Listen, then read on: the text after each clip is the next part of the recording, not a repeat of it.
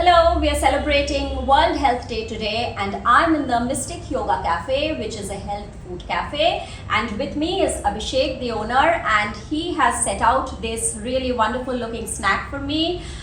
Here we have a salad and this is a smoothie. Abhishek, what's in the smoothie? That's a beetroot pomegranate smoothie.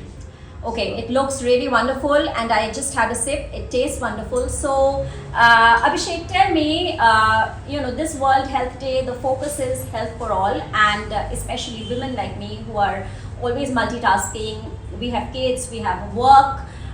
This just seems like a perfect snack option. So, tell us a little bit about what women should eat when they are on the go, just the smaller meals.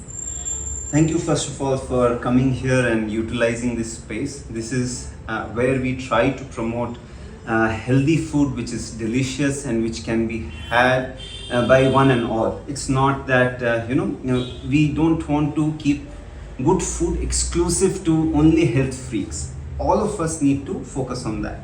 And as far as small meals go, on the go, you must choose from whatever is available in front of you. Things you should not go for is non-greasy. You should not go for sugary drinks. Sugar overall should be avoided.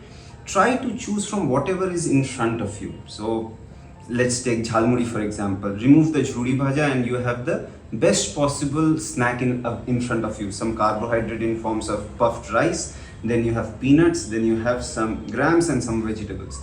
So that's a good meal. So you choose judiciously and apply some practical knowledge. So you must read up also what's good for you and what can be had.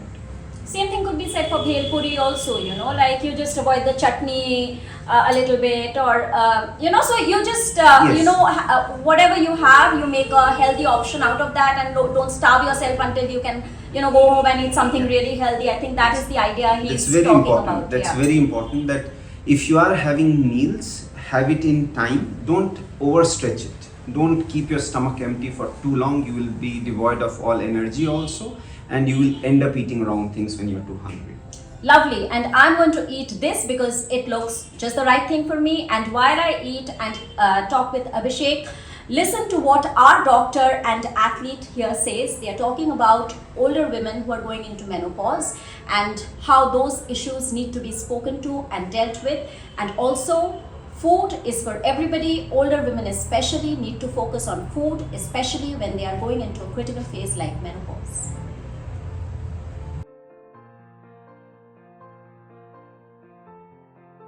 There is, of course, this very sudden epidemic of PCOD, the polycystic ovarian disease or polycystic ovarian syndrome, as it is known now. So that is very much related to obesity, irregular menses, and thyroid disorders. Then it also leads to fertility in almost 60-70% cases later on. So that is something that we all need to focus on, surely. And the other thing is HPV vaccinations and pap smears to screen cervical cancers, because it is the most common cause of cancer in women worldwide, the cervical cancer. And people are not talking about that. For some reason, it is just not addressed in, HPV vaccine it's actually one of the vaccines which can prevent cancer. It's one of the preventable causes of cancer, and we are still not talking about it. It is still not rampantly, flourishing, the vaccine. And I think that is something that we really need to focus on.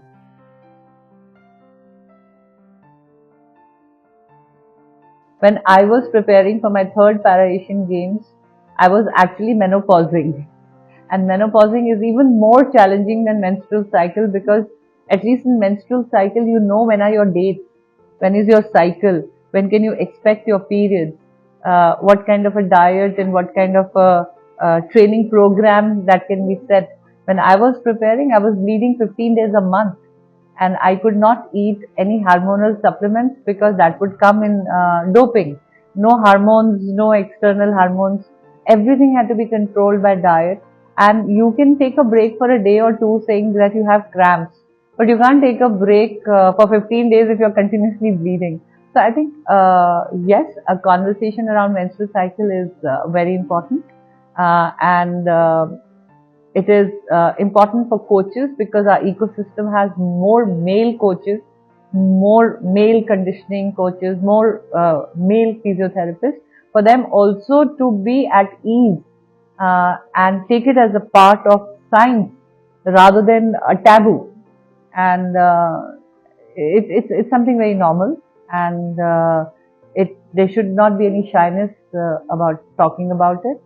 And for example, when I used to go train, I don't have a bladder control, so my urine leaks in the diaper while I train, and if I'm bleeding, then there is an additional load on the diaper.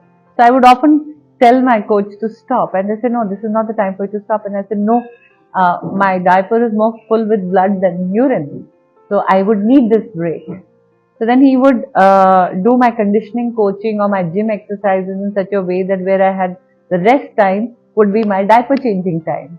So yes, unless we talk about it, unless we break the taboos around this conversation, we will not be able to have that ease of communication with the ecosystem which is responsible for our training.